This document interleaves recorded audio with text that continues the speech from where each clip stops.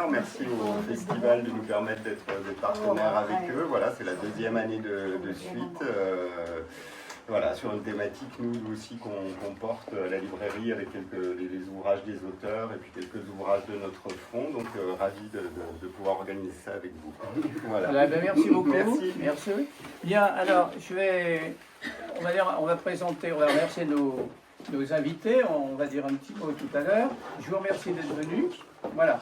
Alors, on va commencer par ces dames. On va commencer par vous. Alors, vous êtes la régionale de l'État. Voilà. Vous allez nous dire un petit peu qui vous êtes, ce que vous avez fait. Voilà. Ensuite, on passera en donnant la parole à nos autres invités. Christiane Matos a pu créer cette association puisque le siège social de l'association de la mémoire de l'histoire de l'abolition de l'esclavage en Saône-et-Loire, même si c'est une association départementale, puisqu'elle regroupe 14 communes du département de Saône-et-Loire, son siège social est à la commune de Toulon-sur-Arroux. Voilà. Eh bien, merci. Alors, vous allez présenter ce livre tout à l'heure, que je vois. Voilà, on en parlera tout à l'heure. C'est une somme sur la commune, hein, oui, c'est ça. Tout à fait. Voilà. Mais quelques pages sont dédiées, il y a 3 tomes, hein, et tous les 3 tomes ont effectivement 2-3 pages qui sont dédiées à l'œuvre de Jean-Philippe Saclier, qui a œuvré en 1789, en tout cas qui s'est fait connaître pour avoir demandé dans le cahier de doléances, donc transmis au bailliage de Charolles, l'abolition de l'esclavage. Madame Musquier, vous êtes guadeloupéenne? Oui, je suis Vous étiez guadeloupéenne. journaliste avant Au journal de Saône-et-Loire. au journal de Saône-et-Loire, voilà. Et je vais vous laisser la parole pour continuer. Donc, j'ai été journaliste pendant pas mal d'années, journal de Saône-et-Loire, donc pas à Monceau, mais pas très loin. J'étais aussi à Paray-le-Monial et puis à Châlons, donc je connais très très bien le département. Et puis, depuis peu aussi, maintenant je suis dans la fonction publique et surtout je me suis lancée dans l'écriture. Et donc j'avais rédigé un premier essai, donc pour l'instant je suis plutôt sur des essais, un premier essai sur être homosexuel aux Antilles, parce que c'est un sujet particulier. Et puis un deuxième qui est un peu plus en relation avec notre sujet d'aujourd'hui, sur les clichés sur les Français d'outre-mer. Donc il y en a beaucoup. J'ai continué et jusqu'au jour où je me suis lancé dans le récit, surtout le récit autobiographique. Parce que j'ai pas beaucoup d'imagination, donc je pensais qu'à partir de faits réels, je pouvais raconter ma vie quand j'étais à l'école primaire, au Saintes. Ensuite, quand je suis passé au collège et au lycée en Guadeloupe. Et après, un petit livre. Mon éditeur m'a dit qu'il y a eu 2 exemplaires de faits, il faut faire un 3e. Donc j'ai écrit un petit livre sur un garçon qui a vécu en solitaire sur une île déserte pendant 10 ans. On va en parler tout à Non l'heure. pas qu'il a été abandonné par ses parents, mais de son propre chef. Il s'appelait Thiorile, parce que quand j'étais gamin, un copain de mon père m'appelait toujours Thiorile. Alors, je me suis demandé ce que c'était que ce Thiorile, et finalement j'ai fait des recherches parce qu'il a vraiment existé. Et il y a des élèves de collège qui étudient ce livre, et une compagnie maritime nous emmène sur l'îlet. C'est un îlet qui est à part de l'archipel des Saintes. Il s'appelle le Grand Îlet. Donc on fait le tour avec le bateau, avec les élèves. Voilà. Concernant ce qui concerne, on va dire, la traite négrière, la traite occidentale, c'est plus comme ça qu'on l'appelle, on parle de 12 millions à peu près de captifs, donc de personnes déportées, ce qui est quand même assez énorme. Après, sur une période qui est quand même assez concentrée, parce que certes, on parle de 4 siècles, mais malgré tout, on va dire que les choses s'accélèrent vers la moitié du XVIIe siècle, vers 1630, 1640.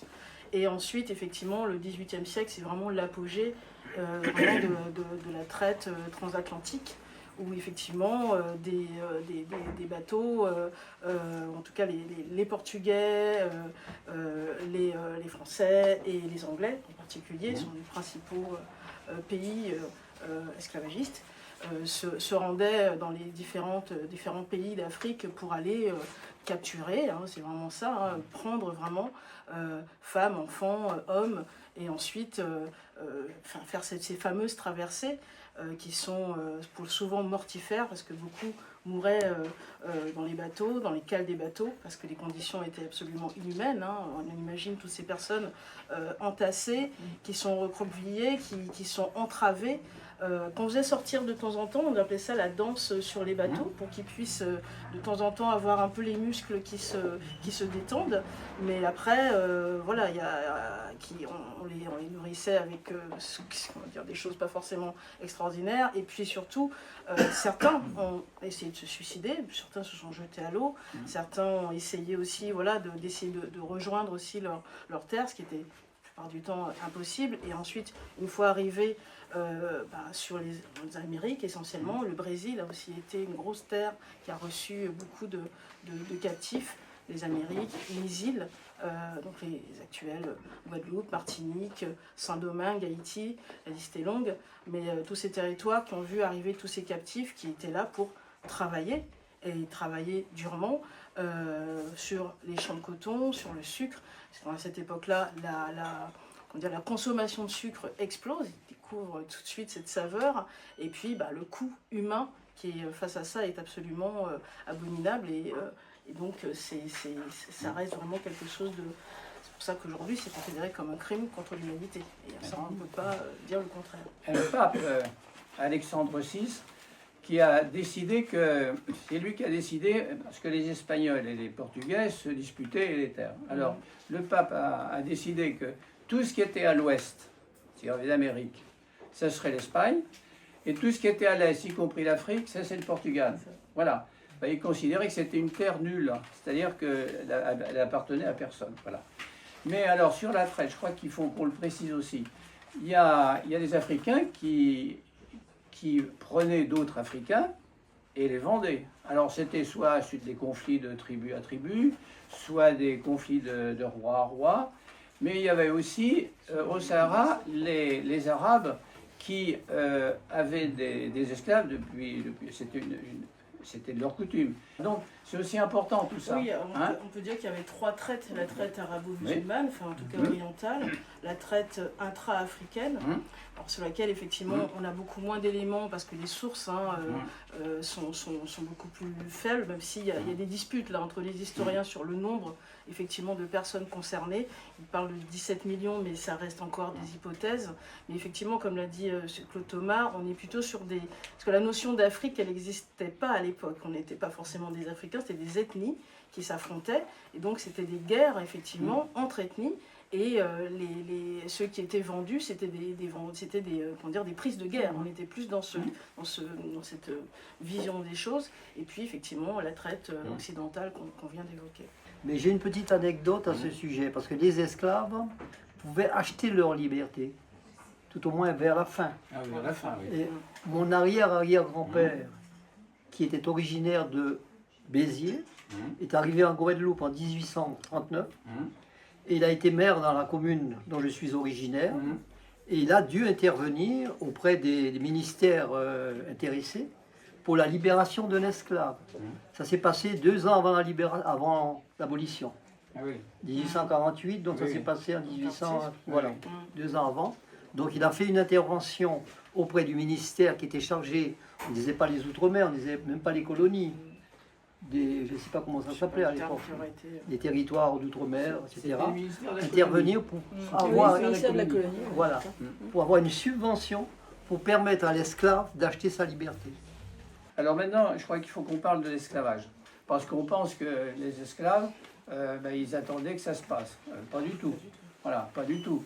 Il y avait les marrons, il y a un livre remarquable, et Madame Badet est là, puisque c'est elle qui m'a fourni ce livre de son ami écrivain de La Réunion. Il y a des esclaves qui partaient, on les appelait les marrons, et qui créaient des vraies cellules humaines, des camps avec des chiens dressés. Eux aussi, ils ne manquaient pas d'intelligence, etc. Ils se défendaient. Il y avait des enfants et des femmes. Donc ça existait, ça. Par Colbert, alors, il y a eu pas mal de discussions autour de ça, mais effectivement qui régit complètement la façon dont les maîtres pouvaient sanctionner et frapper, mutiler les esclaves. Alors il y avait aussi des règles de vie, comment les alimenter. Normalement c'était écrit qu'ils ne devaient pas les maltraiter. Mais finalement le maître avait droit de vie ou de mort sur les esclaves. Et puis effectivement, pour ceux qui essayaient de marronner, donc de s'enfuir par exemple, on leur coupait l'oreille. Ensuite, s'ils essayaient une deuxième fois, on coupait aussi le jarret. Donc voilà, il y avait ces sévices qui étaient clairement stipulés. C'est comme si on suivait un tuto, pour savoir comment maltraiter. Et puis effectivement, et c'était comme l'esclave était considéré comme un bien meuble, donc il n'était pas un être humain à part entière. Le maître pouvait en disposer comme il le souhaitait. Mais il y a eu une évolution. Il y a eu la guerre d'indépendance aux États-Unis, 1775, et il y a eu un drame. Et c'est un livre qu'on a fait rentrer au centre, c'est le drame du Zorg. Je vous explique un petit peu, je ne sais pas si vous connaissez.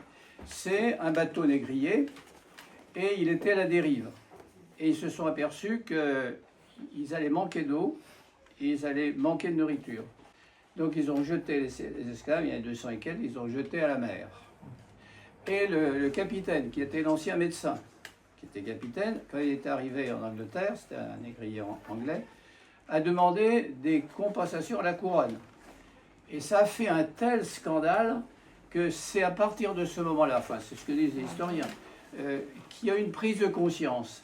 Mais comme il y avait déjà la guerre d'indépendance qui avait eu lieu, le début d'indépendance des Américains, il y a eu une évolution qui a mené les intellectuels de l'époque à prendre conscience que ce comportement-là, il fallait le changer.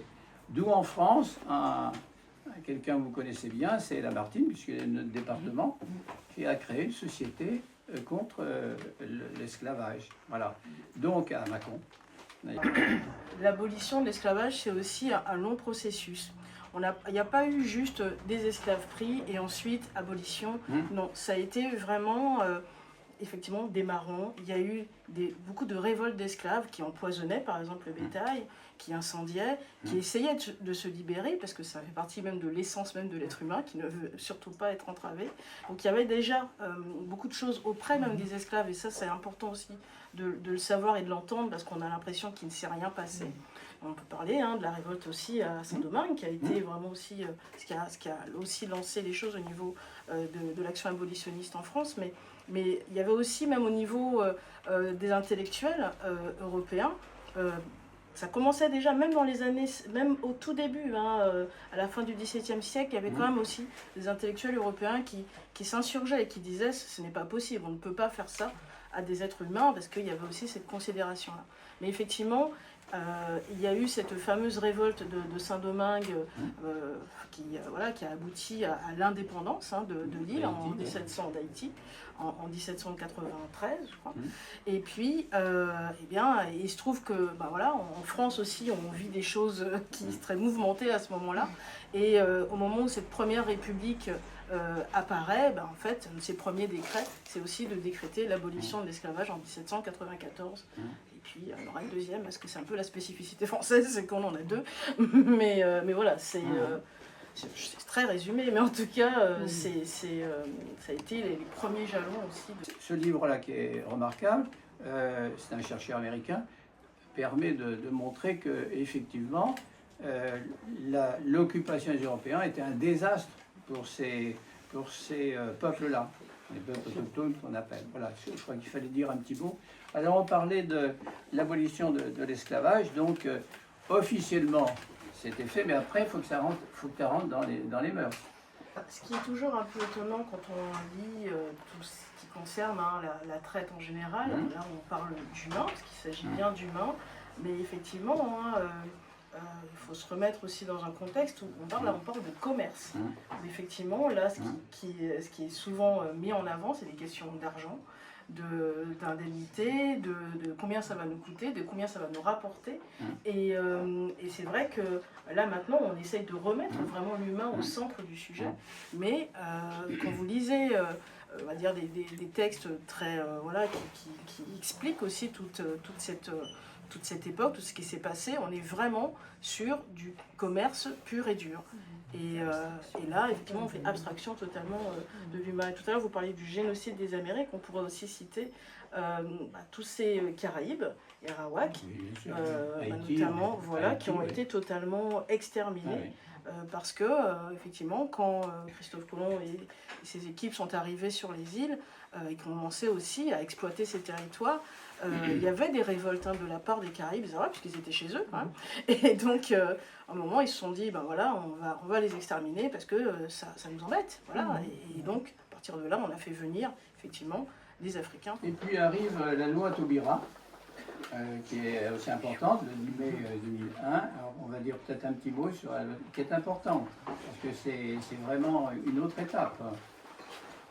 C'est une autre étape dans le sens où ça pose enfin les mots et ça donne surtout cette légitimité aux chercheurs, aux historiens, mais aussi aux associations, à tous ceux qui travaillaient depuis plusieurs années, puis aux afro-descendants, il faut dire aussi, qui cherchaient aussi à avoir cette reconnaissance. Donc ça pose des mots et ça pose vraiment un texte de loi sur cette reconnaissance de la traite, de l'esclavage comme étant un crime contre l'humanité. Ouais, c'est ça, c'est le mot essentiel. En fait, le sujet reste encore très peu abordé finalement. On l'aborde dans les grandes lignes, mais il a fallu. La loi de Taubira, par exemple, elle a prévu que l'histoire de l'esclavage soit vraiment inscrite aussi dans les manuels scolaires et que ce soit enseigné. Il y a eu d'ailleurs une guerre entre les partis politiques à ce sujet-là. On parlait on ne veut pas de repentance, mais il ne s'agit pas de repentance, il s'agit d'histoire. Et il s'agit de replacer cette histoire, même si on n'en est pas fier, dans notre histoire, et elle en fait partie. Et c'est ce qui permet d'expliquer aussi le monde d'aujourd'hui, en fait. Quand vous avez 4 siècles d'esclavage, de traite, et avec toutes ces populations qui ont été débarquées sur tous ces autres territoires, ça a changé radicalement le monde tel qu'il existait à l'époque. Et on a aujourd'hui le résultat et les conséquences. Alors des conséquences qui peuvent être négatives, mais aussi des conséquences positives. Le métissage, aussi dans la culture, dans les langues, dans la gastronomie, dans tout ce que vous voulez. Et donc, effectivement, ça reste une ombre parce qu'on aimerait juste qu'il y ait enfin cette reconnaissance, en fait, tout simplement, de se passer. Et il n'est pas question de culpabiliser qui que ce soit, c'est juste dire, voilà ce qui s'est passé, reconnaissons-le, comment maintenant on fait les choses et on avance. En 1789, où donc la commune de Toulon-sur-Arroux, donc Monsieur le maire, dans son article 10, il y en a 63, demande l'abolition de l'esclavage. Quand Monsieur le maire, donc Bernard Labrosse, a eu connaissance de ce document en 2014, 1789, on se pose quand même beaucoup de questions, énormément de questions. Et donc la loi Taubira, oui, nous parle, mais du coup, oui, une lumière s'allume. Alors, vous l'avez souligné à demi-mot, finalement, dans cette pratique, en tout cas dans cette envie de mettre en lumière l'esclave, les conditions d'esclave, l'enrichissement des commerçants. Donc moi, j'ai appris énormément de choses grâce à Christiane Matos, et de l'accompagner, d'être son amie aujourd'hui est une grande fierté. Et je vous assure que dans Toulon-sur-Arroux, 1400 habitants, faire remonter cette page de l'histoire n'a pas été facile. Oui, on est quand même, pour certains humains, dans une ignorance, et quelque part on se voile la face. Et c'est vraiment très très compliqué de faire comprendre effectivement qu'est-ce que ces personnes ont subi.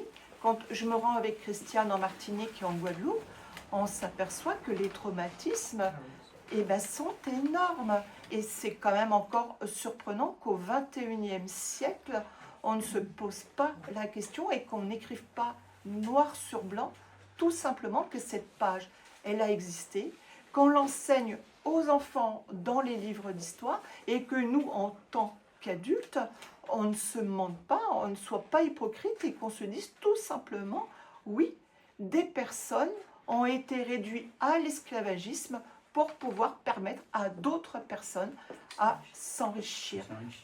Et c'est vraiment 1789 à aujourd'hui, notre histoire permet de connaître Toulon-sur-Arroux et toute la dynamique qu'elle met en place. J'ai entendu effectivement tout à l'heure quand je me suis présentée en tant que Madame le maire, c'est vrai que c'est une véritable fierté, mais quelque part ça fait que 12 ans. Je reviens à Jean-Philippe Saclier, 40 ans maire, un maire très très humain, puisque c'est maintenant nos recherches en tant qu'effectivement maire, et on a donc mandaté des historiens pour faire des recherches sur Jean-Philippe Saclier. Il a déjà œuvré pour ses habitants. Et monsieur Jean-Philippe Saclier a fait partie des Lumières. Et donc il était également avocat à la cour de Dijon. Et je pense que c'est en faisant partie des Lumières qu'il a fait effectivement connaissance d'autres personnes, comme monsieur Lamartine, et puis d'autres personnes qui ont œuvré donc, pour faire en sorte qu'il n'y ait plus d'esclaves de par le monde. Son combat, on s'imagine, devait être compliqué. Saône-et-Loire, très loin des ports négriers, très très loin. Donc c'est vrai que quand on va à Nantes avec Christiane ou à La Rochelle, tout le monde nous pose la question, comment effectivement un département comme la Saône-et-Loire ait pu avoir des personnes qui ont œuvré pour l'abolition de l'esclavage. On n'avait pas d'écrit, aucun écrit sur la commune de Toulon-sur-Arroux. Une commune bimillénaire, rien. Et puis, et encore une fois, c'est ce que je vous dis, c'est vraiment grâce à Christiane Matos qu'on s'était dit, quand même dommage d'avoir une histoire et de ne pas l'écrire. Chacun est amené à disparaître à un moment ou à un autre. Et s'il n'y a pas d'écrit, si vous n'avez pas fait d'article, si vous n'avez pas fait de livre, eh ben, tout disparaît. La mémoire disparaît, la mémoire populaire disparaît. Alors, ce petit livre-là est très structuré, il y a 4 parties. Alors, peut-être, vous commencez par donner des définitions. Dites-nous, qu'est-ce que c'est que un DOM, un TOM, un DROMCOM? Dites-nous, bon, moi, je sais moi, parce que j'ai lu votre livre. Alors, un DOM, D-O-M. Maintenant, on dit même DROM parce que c'est c'est DROM maintenant. Maintenant, c'est DROM, effectivement. Oui. Département et région d'outre-mer. Oui. Donc, Guadeloupe, Martinique, Guyane, j'ai oublié les deux autres. La Réunion, évidemment. Et puis, les restes, c'est les COM, donc collectivités d'outre-mer. Effectivement, toutes ces terminologies ont changé ces dernières années pour pouvoir mieux s'ajuster aussi aux réalités, on va dire, juridiques et administratives. Voilà. Mais effectivement, c'était aussi pour pouvoir rétablir certaines choses. C'est bien. Quand on repart, et je comprends vraiment le message que vous voulez faire passer, on se sent presque coupable parce qu'on se dit, oui, on y va pour donner, nous, la bonne parole, puisqu'on montre que la Saône-et-Loire œuvre avec les 2 associations de Christiane, que les élus ont vraiment pris conscience et on a envie effectivement de mener ce combat de reconnaissance. Et la reconnaissance, ils la voudraient déjà sur place avec les infrastructures. Ils ont déjà le sentiment que ce manque d'infrastructures fait en sorte qu'il y a déjà une disparité. C'est vrai pour toutes les îles, La Réunion c'est pareil, c'est vrai. Alors je voudrais, pour finir sur la vie, on va parler des gens après, sur le chlordécone, je vous dire un petit mot quand même, parce que c'est grave, hein, c'est des générations et des générations.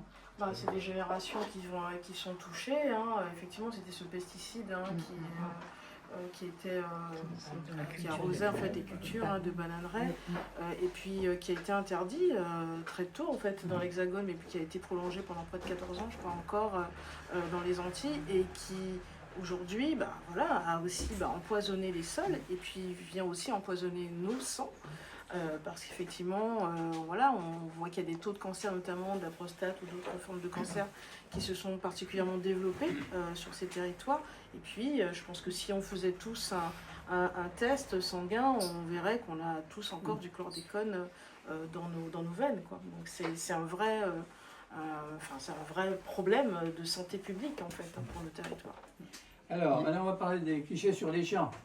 Oui. Alors, dites donc, vous n'êtes pas bien arrangé, hein, d'après ce que vous dites. Hein. Alors, on dit un petit mot, mais c'est épouvantable. Oui, c'est épouvantable. Mais c'est surtout que quand j'ai commencé à écrire le livre, j'en avais plusieurs en tête, mais pas tant que ça en fait. J'en avais plusieurs, j'avais vécu moi-même. Et puis en fait, effectivement, j'ai interrogé pas mal de mes amis ou de mes contacts. Et finalement, je me suis rendu compte qu'il y avait des choses absolument énormes, des choses plus drôles. Bon, par exemple, on m'a demandé en quoi étaient faits mes cheveux, quoi, par exemple. Mais puis il y a des choses beaucoup moins drôles où effectivement c'est carrément de la discrimination ou du racisme. Mais effectivement, c'est encore une façon quelque part de mettre, de caser en quelque sorte encore les territoires d'outre-mer dans quelque chose d'à part. Voilà, c'est rester un peu dans votre coin. Enfin voilà, l'outre-mer c'est bien pour la musique, c'est bien pour le sport, mais ça s'arrête là. Après, quand on sort un peu des cases, et ben, ça devient beaucoup plus compliqué et effectivement, on a parfois droit à des phrases un peu bizarres. Je peux énumérer parce que ça veut dire que on a un jugement quand même très dépréciatif sur ces populations. Alors je vous cite, hein. Nonchalant, vie facile, arriéré, alcoolique, chaud au lit, et chaud lapin quoi. Oui. Hein. Ils parlent tous créole, pas français, mais pas d'interrogation. Hein. Loi noire, bon. Et puis il n'y a rien à faire dans les tomes. Voilà, c'est quand même, c'est jeter un discrédit quand même. Oui, mais parce qu'il y a vraiment une méconnaissance, je pense que c'est vraiment dû à ça, à dire que nos territoires sont très très peu représentés. Comme je disais, on va avoir des sportifs, on va avoir des musiciens, mais ça s'arrête là. Au-delà, on ne connaît pas forcément, les gens ne connaissent pas en fait la vie à Saint-Pierre-et-Miquelon, la vraie vie aux Saintes, la vraie vie en Guadeloupe, enfin, ou à La Réunion. Ces territoires-là, ils sont absolument méconnus et ils ont une place médiatique qui est assez réduite. Donc pour moi, c'est vraiment la méconnaissance qui suscite ces phrases qu'on pourrait qualifier de stupides, mais en tout cas qui font que, voilà, là c'est pas très intelligent. En tout cas, si on prend des gens qu'on connaît, hein, il y a des artistes importants, des peintres, mais il y a aussi des écrivains de renom, de qualité, qui sont des écrivains mondiaux, hein, de renommée mondiale. Alors, pour terminer avec vous, il faut quand même qu'on parle des hexagonaux, hein, les préjugés des ultramarins sur les hexagonaux. Alors ça, c'est rigolo, ça. Oui, parce que j'ai pas voulu faire un livre uniquement à sens unique, parce que finalement les clichés, de toute façon, on en a tous, hein, faut être honnête, et effectivement, il y a aussi des clichés, qu'on a, nous, ultramarins, on va dire, alors, le plus... connu, c'est celui où on estime que les hexagonaux sont sales et qui ne se lavent pas. Donc, je pense que ça date de quelques temps quand même. Et donc voilà, ça fait partie. Mais c'était vraiment pour montrer que des deux côtés en fait, des territoires, il y a aussi ce regard et puis ces fausses idées qui sont véhiculées. Et puis il y a les grandes oreilles. Il y a et on pense que tous vivent à Paris, c'est ça? Oui, oui. Ce que vous dites et là, c'est plus des Antillais qui sont en région parisienne qui me font la réflexion, qui sont étonnés qu'une Antillaise vive en Bourgogne. Alors, c'est vrai qu'on n'est pas très nombreux. Mais en fait, voilà, il y a une forte communauté antillaise en région parisienne et c'est vrai qu'ils ne se vivent pas forcément et puis ils n'en sortent pas forcément, mais comme tous les Parisiens, mais là c'est un cliché. Mais que voilà, on n'est pas forcément sur les autres territoires alors qu'il y a je le rappelle qu'il y a le TGV aujourd'hui et qu'on peut rejoindre Paris assez facilement. Voilà. Dites un petit mot quand même parce que ça classe la hiérarchie sociale. Dites un petit mot sur les béquets. Ah, les béquets, alors là c'est plus propre à la Martinique, parce que c'est vrai que en Guadeloupe on va plutôt parler des blancs simplement, mais les béquets effectivement sont les descendants de colons qui eux avaient été propriétaires, sont toujours en fait, et c'est ce qui hiérarchise aussi encore la société notamment martiniquaise avec toujours ces béquets qui ont la mainmise sur les grands commerces et sur tout ce qui régit en fait un peu l'économie martiniquaise en particulier.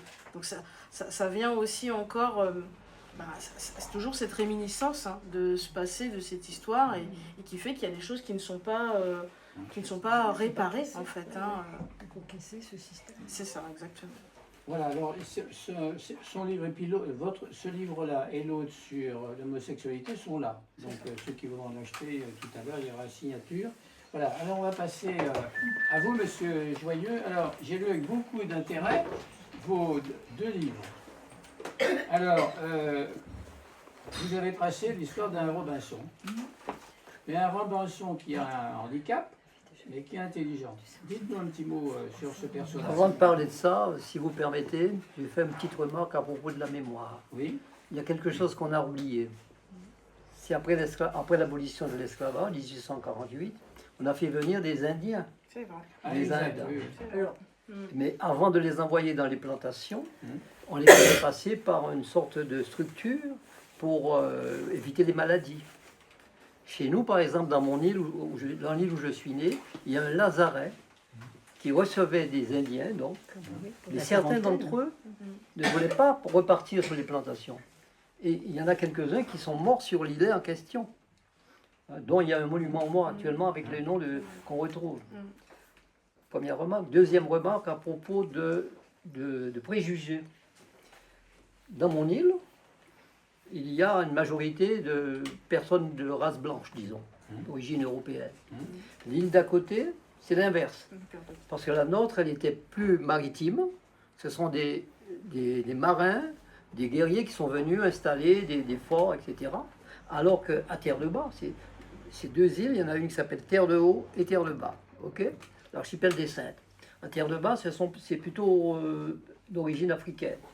Puisque les Blancs, comme on dit, se sont installés d'abord dans cette île.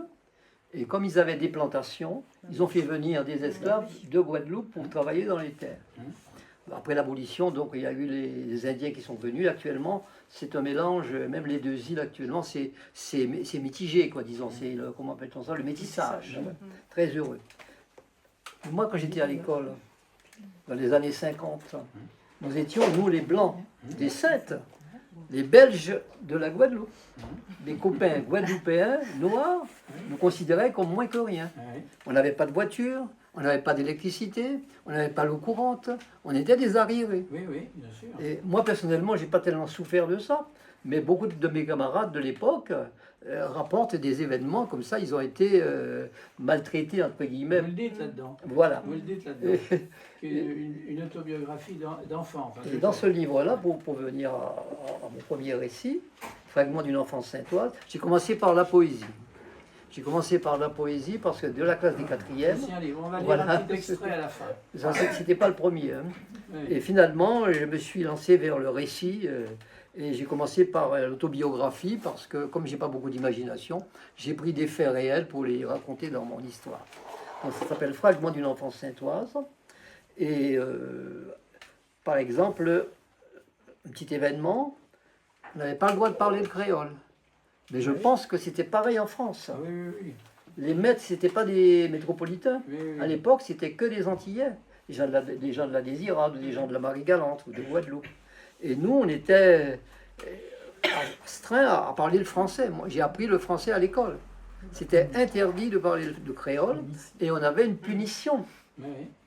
On avait une punition le soir lorsqu'on avait le gage et quand on arrivait à la maison avec une demi-heure de retard, nos parents nous grondaient en créole, alors que nous étions punis pour avoir parlé le créole. Donc voilà déjà une petite anecdote. Alors donc j'ai commencé par la poésie et j'avais fait ce petit livre à compte d'auteur.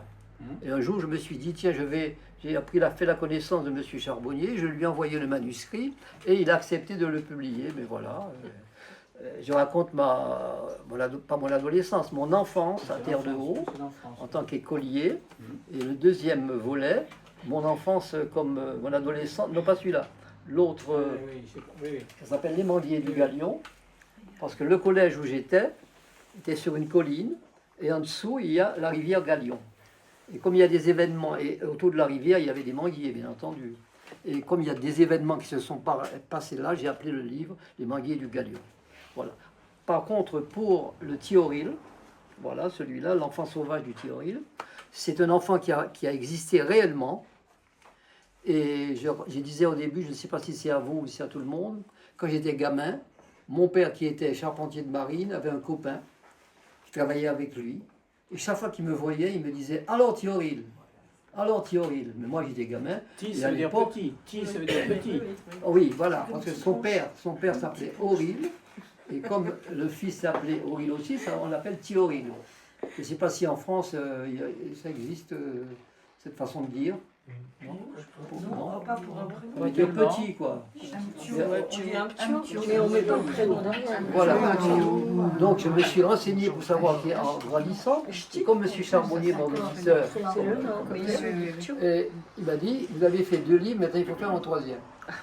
Bon, ben, je n'avais pas beaucoup de sujets, je me suis dit, tiens, j'ai pensé à Théorine. Et donc j'ai rassemblé quelques éléments, parce que ça se passe en 1892. Oui, oui. En 1892, il faut savoir que l'île où je suis est entourée d'autres petits îlots, dont le Grand Îlet. Et lui, il a vécu, ce jeune homme, a vécu pendant 10 ans tout seul, de l'âge de 7 ans jusqu'à l'âge de 17 ans. Il a vécu tout seul sur cette île. Seulement, on ne connaît pas son histoire. Mais les gens, les plus anciens que moi, me racontaient que quand ils étaient gamins, leurs grands-parents les réunissaient le soir et leur racontaient l'histoire de Théorile. Donc, des bribes se sont arrivées. Se sont comment dire, développés dans le village, et moi je les ai rassemblés et j'ai intégré dans mon récit fictif, j'ai intégré les événements réels. Voilà. Mais c'est une fiction. C'est une fiction, d'autant plus que, enfin, une fiction, oui, mais il s'appelait comme moi, Joyeux. Il s'appelait Joyeux. Hein, donc ça m'a davantage intéressé, et j'ai des collègues dans un collège en Guadeloupe, à Pointe-à-Pitre, qui étudient le livre. Je passe parfois dans les classes pour répondre aux questions des élèves. Et il y a un bateau qui vient chercher les élèves. Par exemple, cette année, on l'a fait au début avril. Début avril. On a fait le tour du Grand Îlet avec des gamins qui étudient le livre avec leurs professeurs. Voilà. Une belle transmission, une belle découverte. Vous n'avez pas de questions plus précises? Ah, si, j'ai une question plus précise. C'est les conditions de vie que vous lui donnez. La grotte, Ah oui. la Alors, grotte, enfin il y a des éléments. c'est-à-dire que cet îlet, le Grand Îlet, a été occupé par une 60aine de personnes. On trouve encore des vestiges, des habitations, des soubassements des maisons en pierre. Il y avait un jardin créole. Et les habitants des 2 îles, Terre de Haut et Terre de Bas, venaient s'alimenter en canot à la rame, hein, pour récupérer des corossoles, des mangues, des choses comme ça. Et donc les conditions de vie étaient difficiles, certes, mais c'était de leur propre gré qu'ils restaient là. Ils ne voulaient pas du tout partir. Il y a un événement particulier qui a fait que le maire de la grande commune Terre de Haut a demandé à tout le monde de revenir aux Saintes pour s'installer. Et lui, Théorile, il est resté tout seul. Il est resté tout seul jusqu'à ce qu'il y a eu un événement, je ne le dis pas parce que ce serait déflorer l'histoire, qui a fait qu'il a été rapatrié, il s'est marié, mais moi je ne raconte pas ça dans le livre. L'histoire du mariage, je m'arrête. Il s'est marié, il a eu des descendants, dont moi-même je suis certainement un descendant. Voilà. Donc vous êtes un rescapé. Quasiment, oui. Alors, donc les 2 livres que vous avez produits, qui sont rafraîchissants et agréables à lire. Alors, par contre, vous avez envoyé cette poésie. Alors, c'est une poésie très Oui, ça c'est un peu spécial. très agréable. Alors, on va terminer, si vous voulez, par lui demander de faire une lecture. Alors, c'est un texte qui est bien, et ça s'intitule « Je reviens ». Mais il revient dans ce livre. Oui.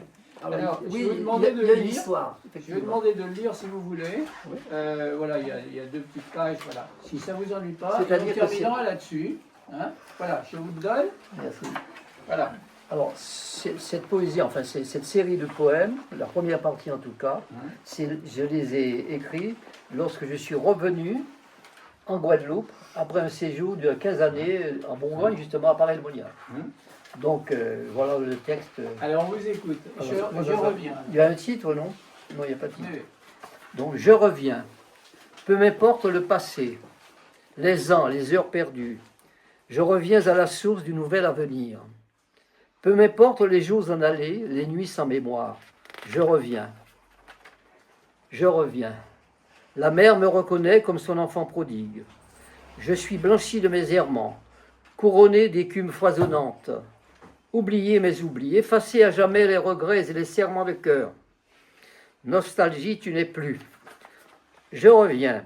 Le sable m'invite. Le sable m'honore. Le sel, moins de son ombre. Je ne sais plus où donner du regard. L'ombre elle-même me fait fête. Le vent me cerne de courbettes et le soleil s'offusque que je tarde à le saluer.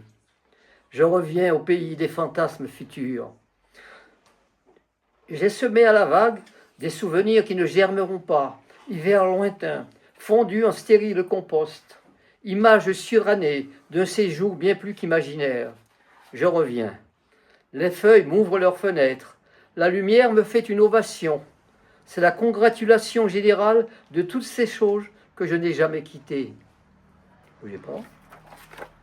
Je reviens. Seuls les miens ne me reconnaissent pas. Je lis sur leur visage l'insuffisance de l'exil.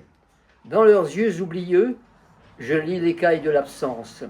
Peu m'importe leur présence, leur arrogance ou leur indifférence, l'horizon de leur regard ne me concerne pas. Mais dès lors qu'exultent à ma rencontre toutes les forêts surexcitées avec leurs touffes d'herbes folles, toutes les plages fébriles et leurs falaises fastueuses, j'ai dans la tête suffisamment de feu pour faire exploser tous les volcans du monde. Merci.